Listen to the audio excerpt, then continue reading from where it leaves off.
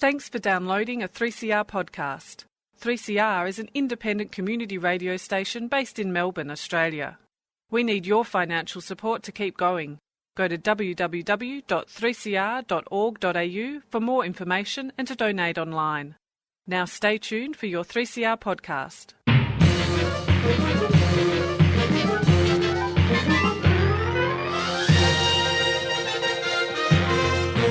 Hello and welcome to another week of Lost in Science.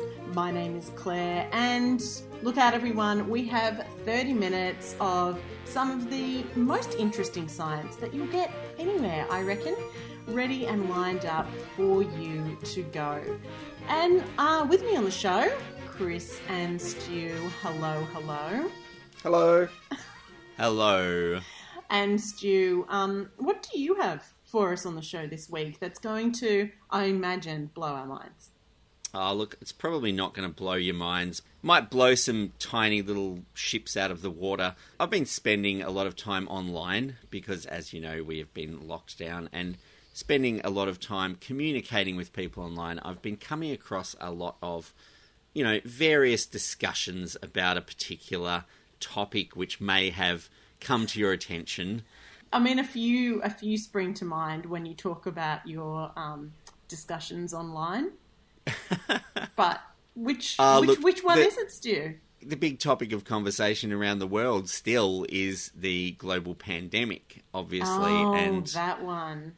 As it keeps coming up in comment sections on news articles and also in free-ranging discussions out in the wilds of social media, one of the things that does come up is the phrase "big pharma," and we're not talking about large jolly men who drive around in tractors. We're talking about the pharmaceutical companies who make the medicines and drugs that many people need throughout the world. But I think big pharma is used as a kind of catch-all for the pharmaceutical industry, and it is definitely used in a pejorative sense, as in they're out to get us. They're out doing evil things. They're trying to control people's lives. They're out to make money. I kind of wanted to have a bit of a look at what this big pharma phrase means and where does it come from? Why did it get such a foothold in the popular imagination, and why it's actually not particularly relevant when you live in Australia as we do. I'm looking forward to hearing your insights. Chris, what do you have for us? I am going to address other conspiracy theories in general, because they've been getting my goat lately, because there have been a lot of conspiracy theories. I don't know if you've noticed, due to the COVID pandemic.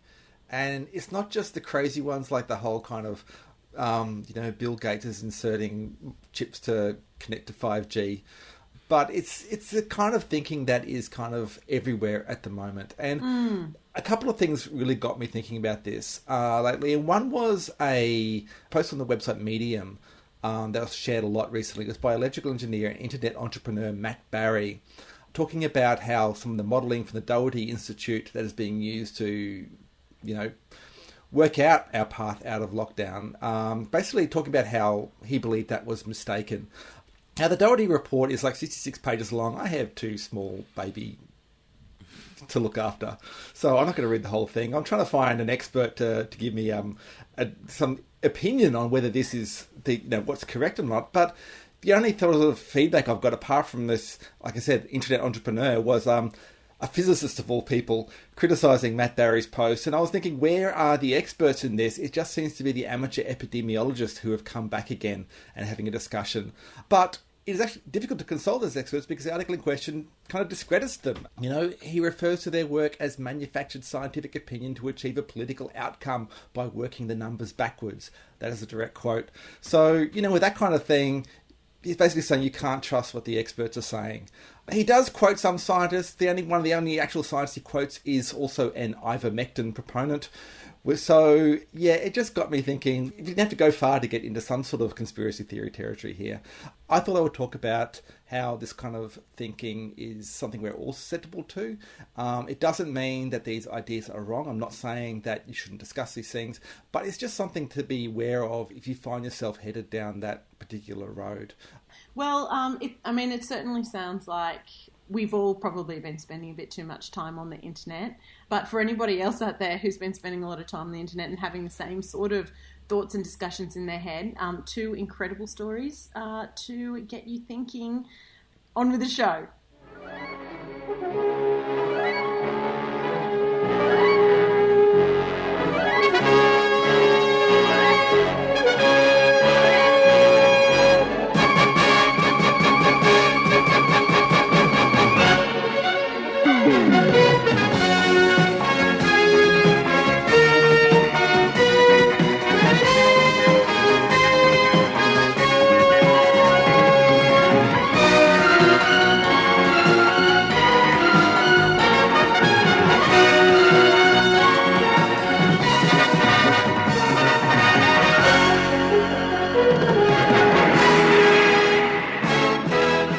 If you spend any time reading comments on the internet, whether on social media posts or news articles, you will know there is a lot of discussion about, well, everything, really. Whatever is the topic du jour, unsolicited and unqualified opinions are bound to be offered, often as facts. And of course, the biggest topic of the last 20 months has been the global pandemic. But reading any public discussion during the pandemic, it won't be long before someone uses the term Big Pharma, which is a loaded shorthand term. It's supposed to be some kind of trump card. I thought I would look at what does Big Pharma mean, and is it a relevant point to bring up in talking about the pandemic and how we're dealing with it, particularly in Australia. So firstly, I wanted to consider that the term Big Pharma is a catch-all term for the pharmaceutical industry and largely sprung from the United States, where healthcare is a completely different landscape to, let's be honest, most of the developed world. So in the US, the level of state-funded healthcare is quite minimal. So people without their own health insurance get very little help from hospitals and doctors without paying out of their own pocket. And I looked up some figures. A trip to the emergency room in a hospital could cost anywhere between $150 and $3,000, and that's just going to ER. And that depends on what the problem is. If you go there in an ambulance, it could cost you $400 up to several $1,000s, depending how far you travel in the ambulance. If you need any tests done, it's extra hundreds of dollars on top of that. So just going to talk to a doctor is going to cost you hundreds of dollars in the US. In this kind of system, any drugs prescribed or required by patients also cost them money directly, and this is probably where the Big Pharma concept originated. The idea that pharmaceutical companies are overcharging for medicine, and, you know, the kind of conspiracy theory that they keep people sick to make more money, or they withhold cures for disease to increase profits, kind of grew out of this system of healthcare, or this lack of a healthcare system, if you look at it that way. And look, that's not to say that large corporations don't need to be regulated. They absolutely do. But the US system appears to have almost been set up deliberately to benefit these pharmaceutical companies and the other healthcare companies around them. Now, if we come back home, in Australia we have a completely different system. Our federal government has a medical safety net called Medicare, which generally covers emergency and chronic illness for Australian people. So if you go for a visit to the GP, it's covered by Medicare through bulk billing, which accounts still for over 2/3 of GP visits in Australia. That you don't pay any extra to go and see the GP. It's just all covered by Medicare and bulk billing. And, you know, there are doctors who will charge a bit extra to patients, but not every doctor does, and you can look around and find a doctor who will give you a fully bulk billed appointment. So you're basically covered there. Visits to hospitals are also covered, as are emergency trips in ambulances, although if you have to get an ambulance and it's not an emergency, they will sting you. So be an ambulance subscriber is my advice on that front. But basically, if you go to a hospital, you don't have to bring your ATM card, you need to bring your Medicare card, just so they can check out who you are, but you'll get treated, and this is the point. It doesn't cost you money to go and get healthcare. We also have the Pharmaceutical Benefit Scheme, or the PBS, which is another government program, and that allows patients to buy prescription treatments at a much discounted rate than they would be charged if they bought them at the market price. So if we didn't have this PBS scheme, a lot of the commonly used medicines that people get prescribed every day would cost a lot more than what they actually do when you go to the chemist if you've got a prescription. That PBS scheme is basically a subsidy system so that sick people don't end up bankrupting themselves to get treatment.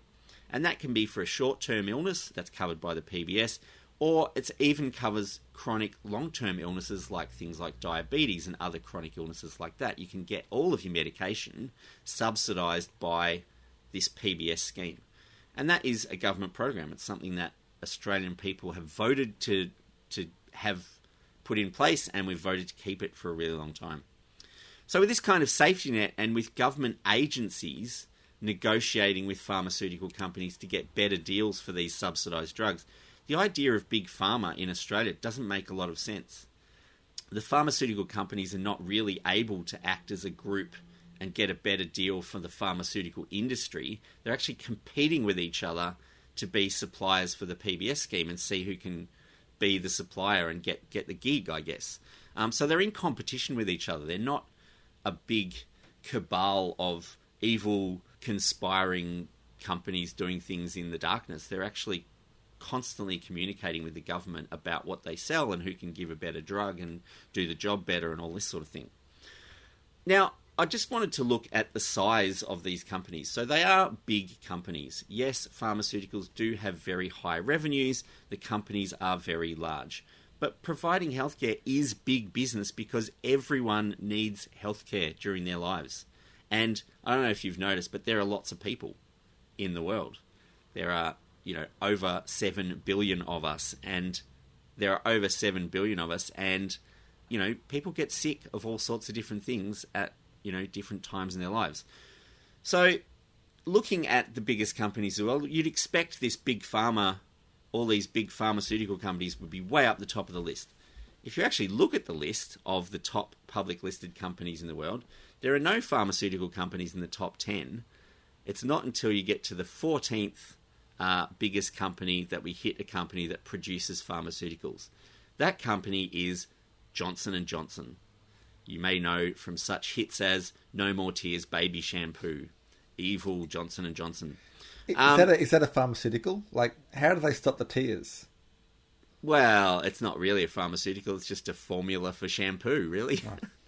Right. They get about half their revenue from pharmaceuticals, which includes things like Tylenol, which we don't really have in Australia. We sell it under different brand names. It's paracetamol, basically. So a lot of the revenue for these companies is from drugs which you can just buy over the counter. You don't need a prescription. They're cheap enough. They're not patented drugs anymore. They're just stuff that they happen to manufacture and they sell them. So half of their income as the 14th biggest company is from stuff that isn't actually pharmaceuticals. It is from shampoo and baby powder and other various products they make which don't classify as pharmaceuticals. Also, if you look at the 100 biggest companies by value, pharmaceutical companies make up about 10% of the 100 biggest companies by value, divided between 16 different companies. So the 10% of the value of the 100 biggest companies is divided among 16 pharmaceutical companies. There's no monolithic big pharma. There's a lot of small competing businesses. Well, small comparatively competing businesses. But that 10% is split between 16 companies. And revenue is not necessarily a good measure of this because the profit margins are not big in pharmaceuticals. They take a lot of money. They have a big revenue stream, but their profit margins are very small because their costs are very high. They have to do lots of safety testing. They have to do lots of research. They have a lot of spending to do as a company to actually get these products onto market and to get it through things like the Therapeutic Goods Administration in Australia, which is the organisation, part of the government organisations that approve medicines for use in Australia. So they've got to meet all these standards. Their profits are actually quite small compared to how much money they take as revenue.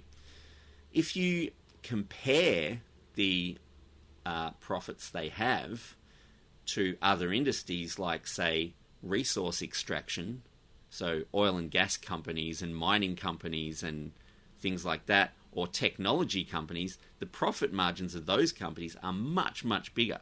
So they've got a lot more money to spend on, lobbying and influencing people and marketing and all these other things. So if we look at the biggest sector in the top 100 companies, 30% of the value is in tech companies. And that's divided among only 20 companies. So there's a much bigger share in tech companies, in each individual tech company in that top 100, than in any pharmaceutical company. So if we look at the top 10 companies by value, we find names like Apple and Microsoft and Alphabet, who you may know better as Google, and Facebook, who are in the top 10 companies by value as well. Now, it seems to me that all of those companies stand to benefit a lot more from people arguing about Big Pharma on the internet than Big Pharma stand to make by selling medicine to people, which they actually need. Now, I just wanted to finish by saying in Australia, we should not be worrying so much about Big Pharma. We have a lot more control over our healthcare and over our healthcare system, and we can take that control and keep that control by voting for governments that will protect that healthcare system. And we've got a lot less to fear while that healthcare system is intact than in places where Big Pharma might actually be something to worry about.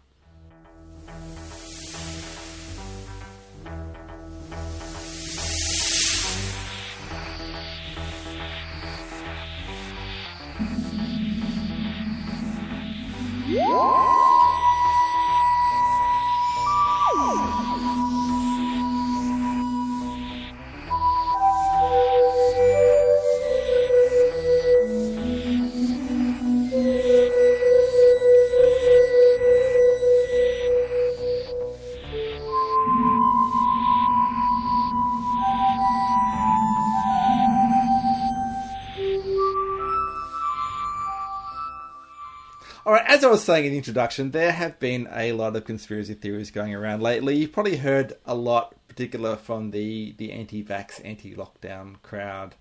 And I think we've seen how bad that can get at some of the protests and things there have been lately. There have been neo-Nazi symbols pasted around Melbourne. There have been, I've seen anti-Semitic memes on Facebook. And just want to note that a lot of these extreme conspiracy theories seem to end up in that kind of neo-Nazi, anti-Semitic area. And that's something that I think if you're involved in those kind of things and you've missed all the other red flags with what you're doing, when you start having Nazis marching alongside you, that should give you cause for concern. That is actually something that is quite serious, not to be made light of. But what I want to focus more on is something more benign, I suppose, kind of conspiracies, a kind of a way of thinking that we are really all susceptible to, and you probably didn't even notice necessarily that you're doing it. It's very common. There was actually, I did find some recent research. There was a study that was published in March this year that looked at Australian and New Zealand conspiracy theories in particular. And they asked a bunch of people about a series of conspiracy theories, which ones they subscribed to. 56.7% of the Australians believed in at least one of the conspiracy theories on offer. The most popular being on their list was the conspiracy that Phar Lap was poisoned by gangsters in America. That is... Wow, that's going back a bit, isn't it? It is. It's like 90 years ago, so it still is. It's still a bit raw. It's good to know that Australians don't forgive and forget. They just hang on to it. And, and I would argue, is that conspiracy or 90 years ago that sort of morphs into folklore? Look, I guess it does a little bit. They consider Canada conspiracy theory, so I'm going along with the experts on this one. But look, it's a great example of, again, this kind of thinking. Look, sporting conspiracies in particular are very easy to believe, and they are usually quite benign. There's a whole thing of you believe that the umpire has it in for your team, for instance, because all the calls are going against you. Well, that's not a conspiracy. That's sometimes just a fact, Chris. Everyone thinks that the umpire is against their team, though. But this is the thing. So it is kind of a particular way of thinking. And one of the things he thinks about it is I guess, this identity side of things. So with Farlap in particular, or even with the sporting team you support, it is something that you identify with as part of your group. It's something that you take seriously, perhaps. Now, we've just heard a spirited defence by Stu of Big Pharma. You'll find criticism of Big Pharma these days from that aforementioned anti-vax crowd. And as a result, a lot of people who are pro-vaccine are pretty much could be agreeing with Stu, saying the Big Pharma are not the enemies here. But, I'm just wondering, pre-COVID, would the positions have been the same? Would there have been more scepticism, perhaps, in the actions of pharmaceutical companies? I did have a bit of a look through the discussions from previous years. There was a bit of concern that the pharmaceutical benefit scheme that Stu mentioned would be dismantled by lobbying from big pharma companies. Then there's also, there is, I think as we have discussed, some bad behaviour on the part of those companies. There is, trying to influence medical professionals to prescribe their products. There is lobbying of governments, which, as Stu also pointed out, we have controls in place in the Australian system to limit the power of companies in these circumstances. Which, of course, then is not to say that they can't get around those controls. Which kind of then brings us back around to saying, yes, sometimes people do bad things. Sometimes there are real conspiracies in the world. But, when you just say things like casually, they're all in the pocket of Big Pharma, you are basically accusing people of often illegal behaviour, not just corrupt, but illegal behaviour. And it's a serious allegation. It's not just a light thing to be thrown around. But it is quite common when people are trying to discuss, what they don't like about these companies. And this is all relevant to another example that really got me thinking along these lines, and that is the resurgent theory that the coronavirus leaked from a Chinese lab. Now, this story has a lot of proponents. It has largely been promoted and pushed into the public eye by the Bulletin of Atomic Scientists. In particular, science writer Nicholas Wade has been a big force behind this, very influential. A bunch of other people have jumped on it, but his writing has been printed in a few places and has kind of influenced a lot of this the current thinking. And central to his argument is a teleconference that occurred in February 2020 between a bunch of leading virologists and Anthony Fauci for the United States. Now, allegedly, before this meeting, all the participants were leaning towards the idea that the virus came from the Wuhan laboratory, but afterwards they agreed that that was a conspiracy theory that they needed to publish letters to journals saying not to believe. And the implication from all this is that there were financial interests involved. Nicholas Wade's articles point out that some of the participants have since received millions of dollars in funding from Fauci's organisation, and he also alleges that there has been influence from the Chinese government. So it is Fauci and the Chinese Communist Party working together to influence the position of virologists, basically is the position that we have here. Now, there are a lot of people who take this lab leak hypothesis seriously, and they object to how it has been previously denigrated as a conspiracy theory. I guess I want to just point out that it is a theory of a conspiracy, and I'm struggling to think of another term to describe it. But look, it doesn't mean that it's wrong. It doesn't mean there isn't a real conspiracy hit there. And I would love to be able to dig into how realistic the theory is, but it is really hard to examine the science of it, or even to go and ask experts what they think of the science of it, because essential to the whole point of the hypothesis is that the scientists are lying because they're all in on it. So, it basically leaves you with nowhere to go. And this is one of my concerns with this kind of stuff, as well as it being kind of a serious accusation. You're basically accusing people of selling out to Fauci or the Chinese Communist Party. It is dangerous to the process of science because you're basically shutting down the scientific argument, as far as I can see. Yeah, I mean, the way science works is not that individuals say certain things and that is how science advances. The science works by publishing data which other scientists can then look at and verify and retest themselves and reanalyze and all that sort of thing. But, saying that, this scientist is crooked, they've taken a payoff or something like that is, well, for one thing, it is, defamation if it's not true. But I think the only way to prove a conspiracy is happening is to provide evidence that the conspiracy happened. You can read any piece of information as being, well, that seems like it could be a conspiracy, but unless you've got evidence, solid evidence, that there is actually conspiracy to defraud or to cover something up or whatever it might be, you can't really demonstrate that it's happening. And unless you can demonstrate that it's happening, well, it's not really happening. You're right. And that is one of the features of conspiracy theory thinking, is that whole kind of going from the something is wrong, therefore my theory is correct, or something doesn't add up. Whereas, as you're quite right, you need evidence for the conspiracy, not just a lack of evidence to satisfy you of a different story. In the case of this teleconference that I mentioned, the scientists involved say that the evidence changed, that they looked at what was happening and they changed their mind. And that happens in science all the time. Can be as a result of these people getting together and plotting, but could also just be because the evidence changes.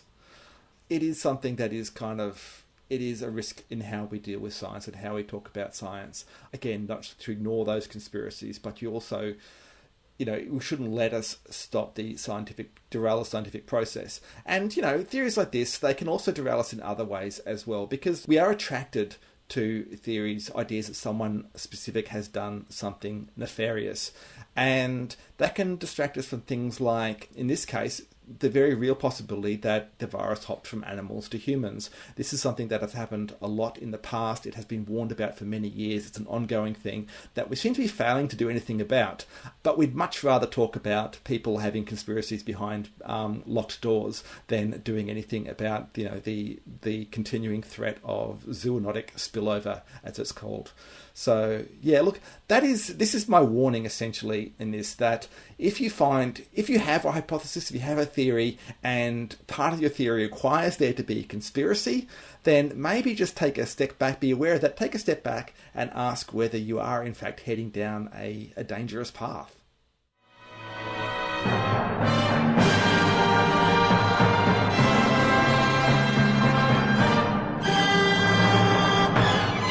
And that's all we have time for on another episode of Lost in Science. Lost in Science is recorded on the lands of the Kulin Nation and broadcast around Australia on the Community Radio Network with the kind support of the Community Broadcasting Foundation. Please get in touch with us. We'd love to hear from you. You can find us at lostinsight@gmail.com. We are Lost in Science 1 on Twitter, or on Facebook we are Lost in Science on 3CR. Or just join us again next week when we get Lost in Science.